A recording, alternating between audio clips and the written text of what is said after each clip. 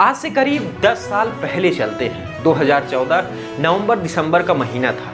जम्मू और कश्मीर में विधानसभा के चुनाव चल रहे थे। उस विधानसभा के चुनाव संपन्न होने के बाद उसके परिणाम का इंतजार था।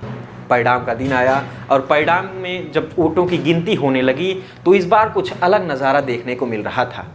किसी भी पार्टी को वहाँ पर बहुमत हासिल होते हुए नहीं दिख रहा था और जब रिजल्ट आया तो ऐसा हुआ भी।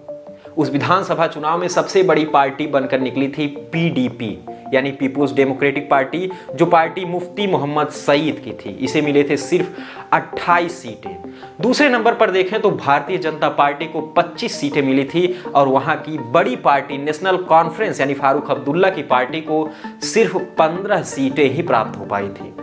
और उसके बाद 12 सीटों के साथ कांग्रेस भी कुछ सीटें वहां पर प्राप्त कर पाई थी।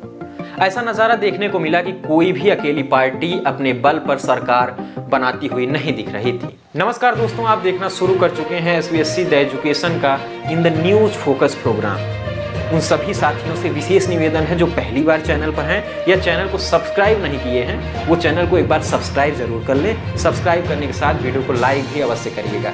मैं उम्मीद करता हूँ आपने चैनल सब्सक्राइब कर लिया होगा। आपको बता दें कि उस राज्य में पीडीपी और नेशनल कॉन्फ्रेंस एक साथ नहीं आ सकते थे, क्योंकि उस राज्य में ये एक दूसरे के घोर विरोधी थे, तो इन दोनों का साथ आना बहुत मुश्किल था। जम्मू कश्मीर की राजनीति में सरगर्मी तेज हो गई। सभी पार्टियां अपनी सरकार बनाने की जद्दोजहद में लग चुकी थी। काफी लंबी बातचीत के बाद पीडीपी और बीजेपी एक साथ आने को तैयार हो गए। उन दोनों ने मिलकर वहां पर सरकार गठित की। उस सरकार में मुफ्ती मोहम्मद सईद मुख्यमंत्री बने, वहीं पर बीजेपी को भी उप मुख्यमंत्री सहित कई अहम विभाग मिले। दुर्भाग्यवश ये सरकार ज्यादा दिन तक चल नहीं पाई, क्योंकि मुख्यमंत्री मुफ्ती मोहम्मद सईद की मृत्यु हो गई। इसके बाद उस राज्य में राज्यपाल शासन लगा दिया गया। आपको बता दें, तब तक अनुच्छेद 370 उस राज्य से हटा नहीं था और वहां पर जम्मू कश्मीर का अपना संविधान काम कर रहा था। जम्मू कश्मीर के संविधान के अनुसार वहां पर डायरेक्ट राष्ट्रपति शासन नहीं लग सकता था।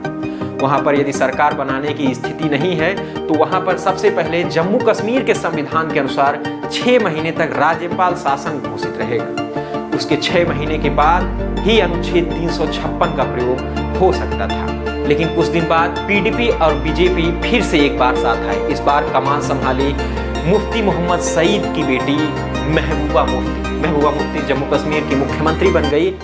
कुछ दिन सरकार चली होगी। इसके बाद भारतीय जनता पार्टी ने अपना समर्थन वापस ले लिया। समर्थन वापस लेते ही महबूबा मुफ्ती की सरकार धराशायी हो गई और वहां पर एक बार फिर से राज्यपाल शासन लागू कर दिया गया। लेकिन इस बार सत्यपाल मलिक ने, यानी जो वहां के राज्यपाल थे, उन्होंने विधानसभा को भंग कर दिया। राष्ट्रपति से अनुशंसा की कि वहां पर राष्ट्रपति शासन लगा दिया जाए। 2019 में लोकसभा का चुनाव होता है और लोकसभा चुनाव में भारतीय जनता पार्टी एक बार फिर से सरकार बनाने में सफल होती है। सरकार बनते ही भारतीय जनता पार्टी ने 2019 में ही जम्मू कश्मीर के लिए संविधान में वर्णित अनुच्छेद 370 और धारा 35A अर्थात राष्ट्रपति का 1954 वाला आदेश समाप्त कर दिया और जम्मू कश्मीर के लिए एक पुनर्गठन बिल लेकर आए, जो संसद में पारित हो गया और जम्मू कश्मीर को 2 भागों में बांट दिया गया। एक लद्दाख, दूसरा जम्मू कश्मीर। दोनों को अलग करने के बाद इन दोनों को यूनियन टेरिटरी बना दिया गया, यानी संघ शासित प्रदेश। आपको बता दें कि लद्दाख पूर्ण रूप से संघ शासित प्रदेश हुआ, लेकिन जम्मू कश्मीर के पास अपनी विधानसभा रहेगी। आज 10 साल के बाद जम्मू कश्मीर में फिर से चुनाव होने वाला है। आपको बता दें कि इस बार विधानसभा के पास उतनी ताकत नहीं रहेगी जो 2014 की विधानसभा में थी। जम्मू कश्मीर के पुनर्गठन के बाद 2020 में परिसीमन आयोग ने वहां की विधानसभाओं की सीटों में परिवर्तन कर दिया है। जम्मू कश्मीर के पुनर्गठन के बाद परिसीमन आयोग ने वहां की विधानसभा की सीटों में परिवर्तन कर दिया है।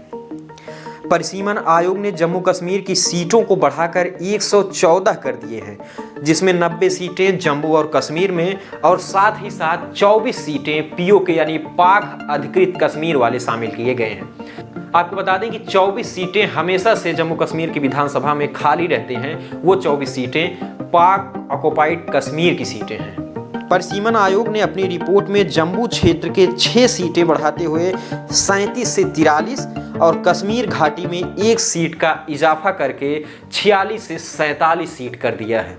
इसमें 16 सीटें आरक्षित की गई हैं, जिसमें 9 सीटें अनुसूचित जाति और 7 सीटें अनुसूचित जनजाति के लिए आरक्षित की गई हैं। चुनाव की तारीखों की घोषणा हो चुकी है। जम्मू कश्मीर की बात करें तो जम्मू में 3 चरणों में चुनाव कराए जाएंगे। पहले चरण का चुनाव 18 सितंबर, दूसरा चरण 25 सितंबर को और तीसरा चरण 1 अक्टूबर को संपन्न होगा। 4 अक्टूबर को मतगणना होगी और 4 अक्टूबर को हमें 10 साल के बाद फिर से जम्मू कश्मीर की विधानसभा में कोई नई सरकार बनती दिखेगी। संघ शासित प्रदेश होने के नाते जम्मू कश्मीर की विधानसभा को कुछ सीमित शक्तियां ही मिलेंगी। जिस प्रकार से पुदुचेरी और दिल्ली की विधानसभाओं में देखते हैं, ठीक उसी प्रकार जम्मू कश्मीर की भी विधानसभा होगी। जम्मू कश्मीर की विधानसभा को कितनी ताकत मिलेगी, इसको हम किसी अगले वीडियो में आपको बताएंगे।